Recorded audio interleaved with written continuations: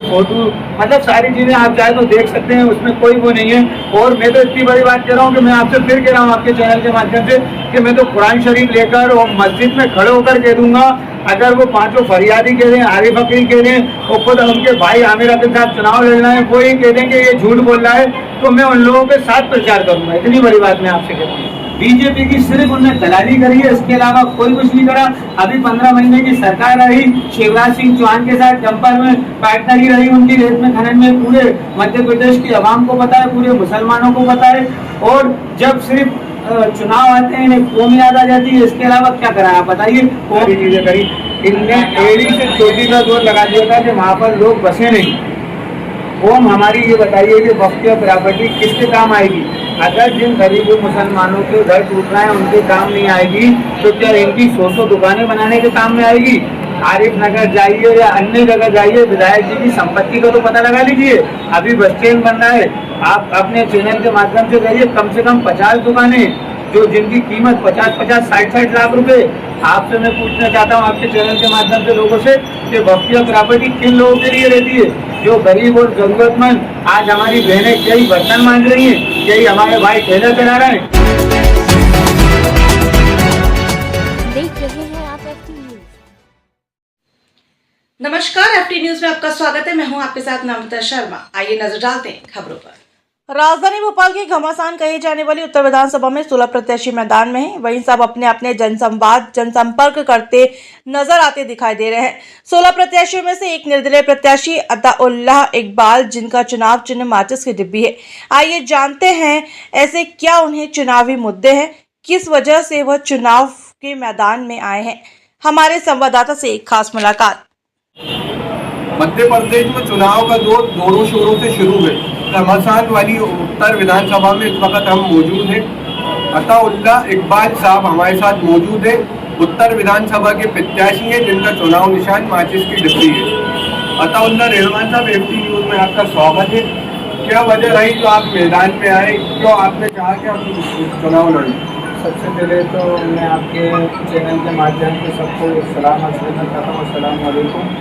चुनाव लड़ने का सबसे बड़ा मेरा इसलिए लड़ा जा रहा हूँ कि उत्तर विधानसभा में कई सालों से लोगों के साथ झूठ हो रही है, लोगों को डराया जा रहा है, धमकाया जा रहा है। जिस जगह से मैं आता हूँ, मैं खास आरिफ नगर में ही रहता हूँ और आरिफ नगर अवकाबी शाही की संपत्ति है जो कि विधायक जी ने बसाया ज़रूर है, मगर हाई कोर्ट में वो शपथ पत्र लगा के कहते हैं कि हमारा कोई लेना देना नहीं है। और ये स्थिति है कि अभी आपने देखा होगा जो रेलवे के जो मकान टूटे उसके अंदर मैंने पुरजोर मेहनत करी, आप वीडियो भी देखेंगे, रोड पे मैं लेटा हूँ, चक्का जाम करा, सारी चीज़ें करी। इनने एड़ी से चोटी का जोर लगा दिया था कि वहाँ पर लोग बसे नहीं। ओम हमारी ये बताइए कि वक्फ प्रॉपर्टी किसके काम आएगी? अगर जिन गरीब मुसलमानों के घर टूट रहे हैं उनके काम नहीं आएगी, तो क्या इनकी 100 दुकानें बनाने के काम में आएगी? आरिफ नगर जाइए या अन्य जगह जाइए, विधायक जी की संपत्ति का तो पता लगा लीजिए। अभी बस स्टैंड बन रहा है, आप अपने चैनल के माध्यम से जाइए, कम से कम 50 दुकानें जो जिनकी कीमत 50-50, 60-60 लाख रुपए। आपसे मैं पूछना चाहता हूँ आपके चैनल के माध्यम से लोगों से कि वक्फ प्रॉपर्टी किन लोगों के लिए रहती है? जो गरीब और जरूरतमंद। आज हमारी बहनें कई बर्तन मांग रही हैं, कई हमारे भाई ठेला चला रहे हैं, कई हमारे यहाँ के बच्चे पढ़ नहीं पा रहे हैं, होटलों पे काम कर रहे हैं। अगर मैंने इन लोगों के लिए आवाज उठाई तो मुझे 8 महीने जेल बचाया गया। क्या गुनाह था मेरा? हमारी वहाँ के लोगों से, रहवासियों से बात हुई तो उनका ये कहना है आज तक हमें मालिकाना हक नहीं मिल पाया। देखिए 2014-15 के अंदर मैंने उन लोगों की मरूम फुरकान साहब चेयरमैन थे और उनकी हमने 150 रुपये किराएदारी कराई।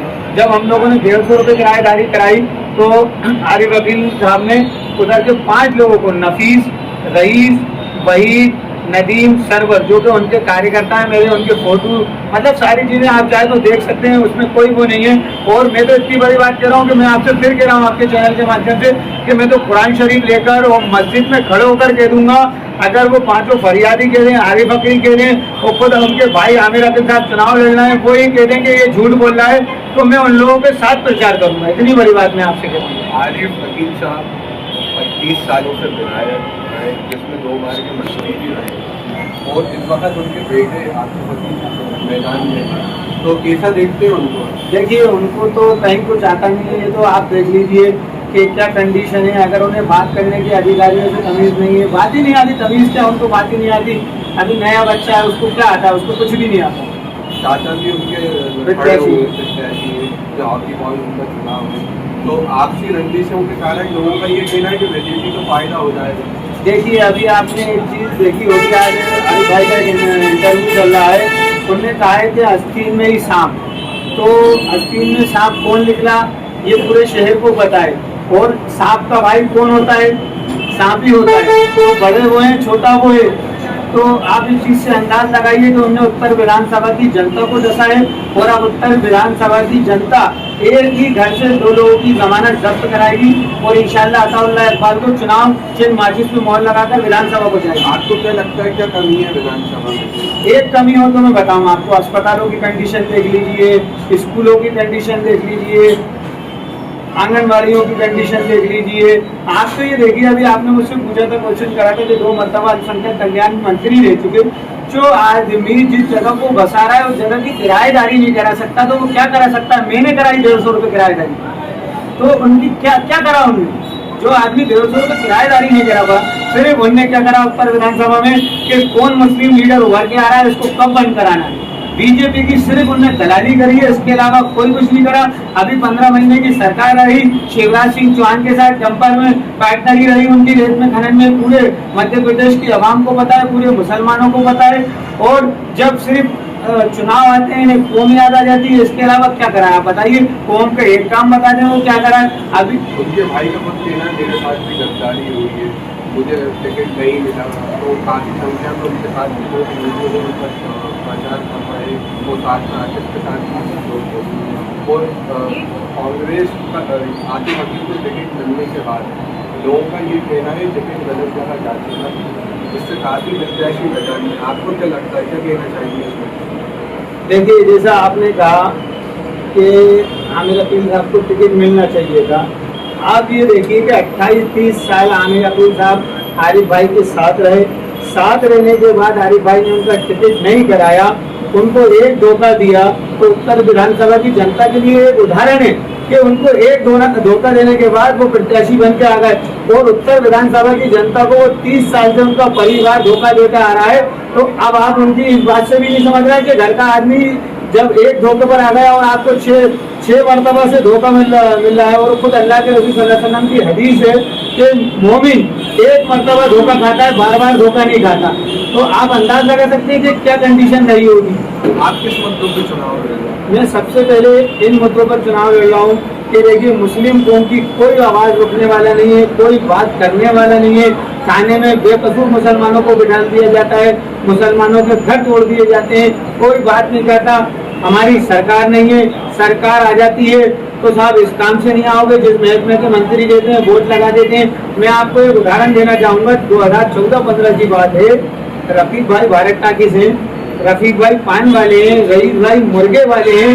इन 3 लोगों पर, 2 लोगों पर हनुमानगंज तो थाना से दारू लगती है, एक पे गौतम नगर से लगती है। एक मेरे साथ का लड़का था अनवर उस्ताद करके, उस पे गौतम नगर से दारू लगाने के लिए टीआई साहब बोलते हैं मुझसे आप नहीं बोलोगे। मैंने कहा आपका काम है बंद करना, मेरा काम है छुड़ाना, आप लगा के बताइए। अल्लाह के करम से उन 3 लोगों पे दारू लगी और मैंने अनवर पे दारू लगने नहीं दी। आप तो क्षेत्रीय विधायक हो, क्या हमारी कौम दारू बेचती है? मैं आपके चैनल के माध्यम से पूछना चाहता हूँ, क्या हमारी कौम दारू बेच रही है? उत्तर विधानसभा में सर्वे किया, तो लोगों ने हमसे ये बोला कि परिवर्तन की जरूरत है। परिवर्तन बिल्कुल जरूरी है। जब लोगों का काम नहीं करेंगे, अगर माँ बाप का कहना औलाद नहीं मानती तो आदमी माँ बाप औलाद को घर से बेदखल कर देते हैं। तो ये नेता इनको इनकी औकात बताना चाहिए। अताउल्लाह इकबाल साहब काफ़ी समय से उत्तर विधानसभा में संघर्ष करते आ रहे हैं। विकास के मुद्दों पे उनका चुनाव मुद्दे रहेंगे। और आप देखा जाए तो यहाँ आतिफ अकील कांग्रेस से प्रत्याशी हैं, वहीं 16 कैंडिडेट यहाँ मैदान में है। और देखना ये होगा किसके पाले में गेंद जाती नजर आ रही है। FT न्यूज़ देखने के लिए धन्यवाद। मैं फैसल अली के साथ कैमरामैन सही।